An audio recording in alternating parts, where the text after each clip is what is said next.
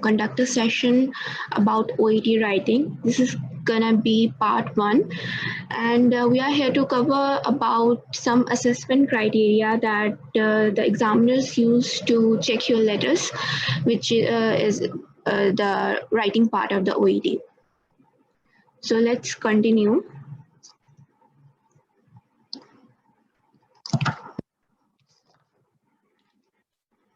So the assessment criteria that examiners use to check your letters contains actually 7 parts.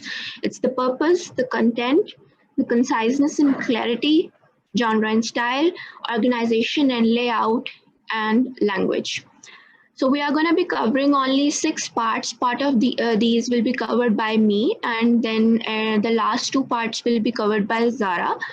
The language part we are going to be covering in our next session because that's a very big and very important part of this criteria.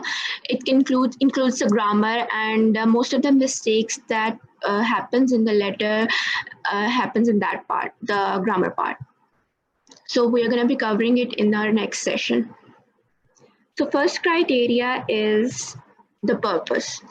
So what exactly the purpose is?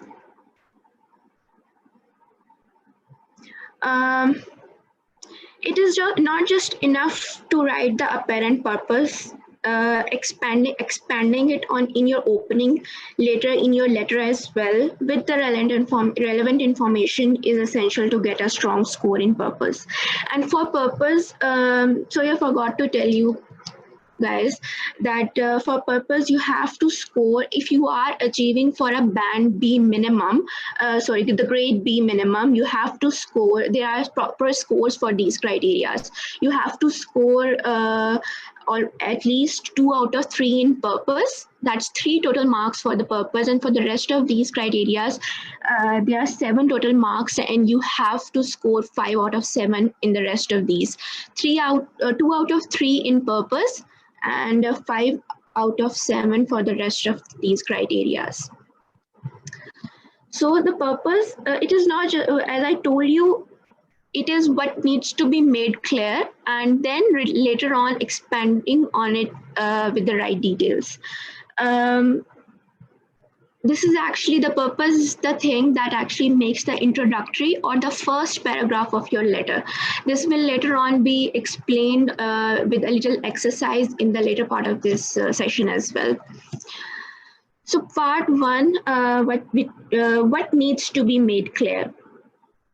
The purpose, it's the reason for writing or why you are writing the letter. It actually in most cases, the writing task is the best way to understand what is the purpose of your letter. However, if the writing task doesn't have the information you need, you do not have to panic. You should be able to find the rest of the information in the final section of the case notes. And then finally, if you have found the purpose in the writing task or the case notes, how to show that purpose at the start of your letter, that is actually the introductory part of your letter. So, for example, this is a writing task. I have taken this, this is the 3rd sample test in the official OET site. This writing task says, using the information in the case notes, write a letter to Miss Graham, an occupational therapist, detailing Mr. Jones' situation and requesting an assessment of his workplace. Now, the part that I've highlighted, the detailing Mr. Jones' situation and requesting an assessment of his workplace, is actually the purpose of your letter. We are writing to Miss Graham, and we are requesting an assessment of workplace of Mr. Jones. And not just that, we are also explaining his situation as well, which situation he is in. We are going to discuss about it later on as well. So this was the example of the part 1, finding the purpose in the writing task. If you are not able to do so in the writing task, you can find the purpose in the case notes. For example, let's move on to the next example. The writing task here says, using the information given in the case notes, write a letter to the community health nurse in Centerville outlining the patient's history and requesting ongoing monitoring. Outlining the patient's history, ongoing monitoring. Address the letter to the community health nurse, Eastern Community Health Center, 456 East Street, Centerville.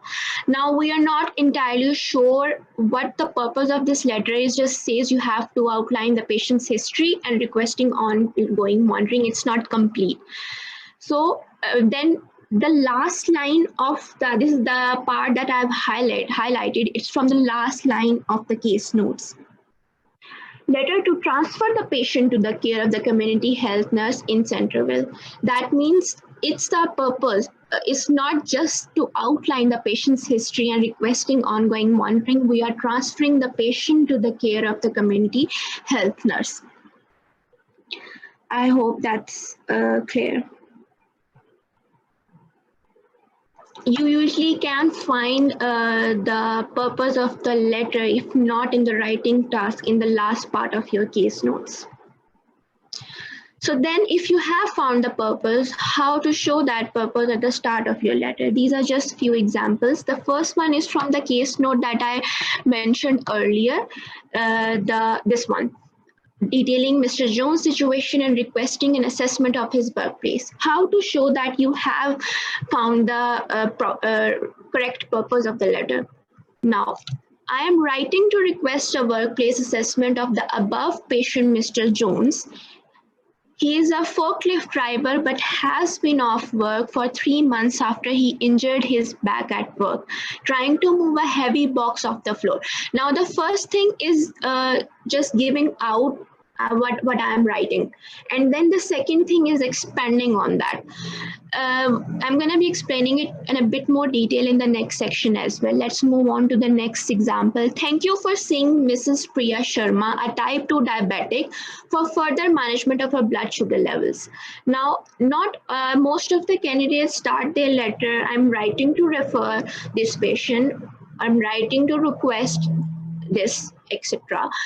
But not all these all the case notes or all the purpose can be explained in that type of situation. For example, in the third example, Mr. Spencer has been a patient at this hospital for the past 5 weeks and will be discharged tomorrow. He requires your ongoing support and treatment during his rehabilitation. Now the expanding part is given first, and then he explained why I am telling you that for the past 5 weeks he has been in the hospital and will be discharged tomorrow. Then the last thing, thank you for accepting Mr. Dunbar into your care for the regular monitoring of his diabetes and encouragement to comply with his medication and dietary regimes. So I hope that this is clear. Now, when you're writing the purpose of your letter in the first introductory part, there are certain verbs that you can use that will clarify that this is the introductory part and that you know what exactly your purpose is, and you have correctly identified it. For example, it also depends on the type of letter as well. Example of these verbs include transfer, discharge, update, see, accept, request, provide, and recommend. So for example, you are transferring a patient from one hospital to another, or care of a GP to another doctor, or if, for example, into a care home, then you will use I'm writing to transfer this patient. For example, you are discharging a patient. You will mention that verb so that you have made it very, very clear why you are writing it. For example, if you are requesting a specialist advice about something, you're gonna say that exact word. I'm requesting you a specialist advice on her diabetic control. You're not gonna say that I would like her diabetic control is not good, I'm sending you to her care. It's not appropriate. I'm sending her to your care. Sorry. So so at this point, we know that we have to write a purpose in first line, or the introductory part will include the purpose, and then we have to expand on that purpose, explain it in a bit detail, in very small detail actually.